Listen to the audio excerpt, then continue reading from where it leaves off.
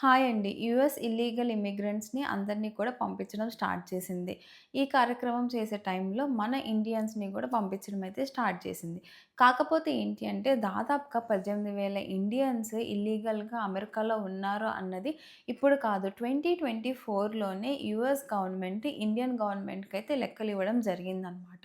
లెక్కలిచ్చి ఈ ఇమ్మిగ్రెంట్స్ మా దగ్గరున్న లిస్ట్‌లో ఉన్న వాళ్ళందరూ కూడా ఇల్లీగల్ అని చెప్పి మేము అనుకుంటున్నాము అని చెప్తే, ఇండియన్ గవర్నమెంట్ ఇంకా కూడా ఇప్పటికి ఆ డేటాని అయితే ఇంకా verify చేయలేదంట.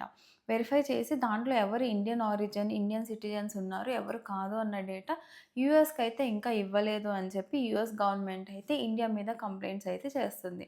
At the same time Indian government కూడా మాకు ఏ కంట్రీకి కూడా స్పెషల్ కాదు, ఏ కంట్రీకి కూడా స్పెషల్ ప్రివిలేజెస్ లేవు.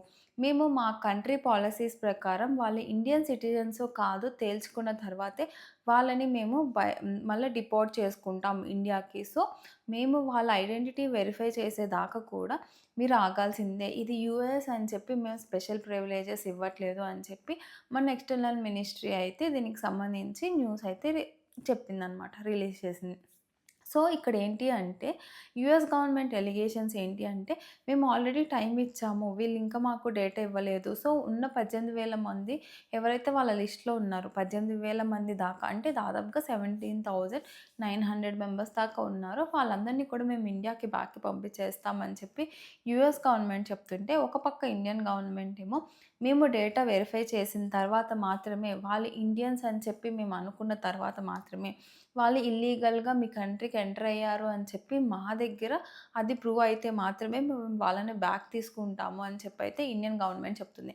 అంతేకాదు Indian government external affairs ministry క్లియర్‌గా చెప్పింది ఏంటి అంటే, మేము ఇల్లీగల్ ఇమిగ్రేషన్స్‌కి వ్యతిరేకం. మేము ఏదైనా మా భారతదేశం నుంచి ఎవరు వెళ్ళినా ప్రపంచంలో భారతదేశం పరువు నిలబెట్టేటట్టు వాళ్ళ స్కిల్స్‌ని చూపించుకొని, వాళ్ళు జాబ్స్ తెచ్చుకొని ఉండాలని అనుకుంటాం కానీ ఇల్లీగల్‌గా వెళ్ళి అక్కడ బతకాలి అని చెప్పి ఇండియన్ గవర్నమెంట్ అయితే ఎప్పుడు కూడా ఆశించదు అని చెప్పి కూడా ఈ ఎక్స్టర్నల్ మినిస్టర్ అయితే చెప్పారనమాట.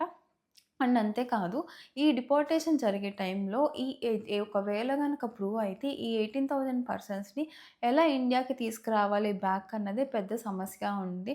ఎందుకనంటే ఇంత మాస్ డిపోర్టేషన్ జరిగినప్పుడు ఇంతమందిని వెనక్కి తీసుకురావడానికి మనకయ్యే కాస్ట్ కూడా చాలా ఎక్కువ అవుతది. సో, ఏ మోడ్ ఆఫ్ ట్రాన్స్‌పోర్ట్‌లో వీళ్ళందరిని తీసుకురావాలి? ఎలా రీచ్ చేయాలి? ఎలా ఫండ్స్‌ని వాడాలి? లేకపోతే ఇంత ఫండ్స్ ఉన్నాయా గవర్నమెంట్ ఇప్పుడు యూజ్ చేయడానికి వీళ్ళ మీద? మళ్ళా ట్రాన్స్‌పరెన్సీ, అకౌంటబిలిటీ ఉంటది కాబట్టి, గవర్నమెంట్ వీటిలన్నిటిని కూడా దృష్టిలో పెట్టుకొని వెంటనే డెసిషన్స్ అయితే చెప్పట్లేదు. వాళ్ళకి ఇంకా టైం కావాలని ఇండియన్ గవర్నమెంట్ చెప్తుంది. ఇంకొక పక్క యూఎస్ గవర్నమెంట్ అయితే మేము డిపోర్ట్ చేస్తాము, రెడీగా ఉన్నామని చెప్పి యూఎస్ గవర్నమెంట్ చెప్తుంది కాబట్టి, ఈ మాస్ డిపోర్టేషన్ ఎలా జరుగుతదో చూడాలి. అండ్ అంతేకాదు నిజంగా ఎవరన్నా తప్పు చేశారు అని ప్రూవ్ అయితే ఇండియన్ గవర్నమెంట్ కూడా ఇండియన్ లాస్ ప్రకారం యాక్షన్స్ కూడా తీసుకునే ఛాన్స్ ఉందనమాట. సో, చూద్దాము. మీ కంట్రీ వాళ్ళని తీసుకెళ్ళండని యూఎస్ అంటుంది. మా కంట్రీ వాళ్ళని ప్రూవ్ చేయండి అని చెప్పి ఇండియా అంటుంది. సో, ఎంతమంది ఇండియాకొస్తారు? ఈ డిపోర్టేషన్ ఎలా జరుగుతది? ఇంత పెద్ద మాస్ డిపోర్టేషన్ ఎప్పుడు చూడలేదు కాబట్టి ఎక్సైటింగ్‌గా కూడా ఉంది. నిజంగా ఎలా చేస్తారు ఈ డిపోర్టేషన్ అని చెప్పి చూద్దాం.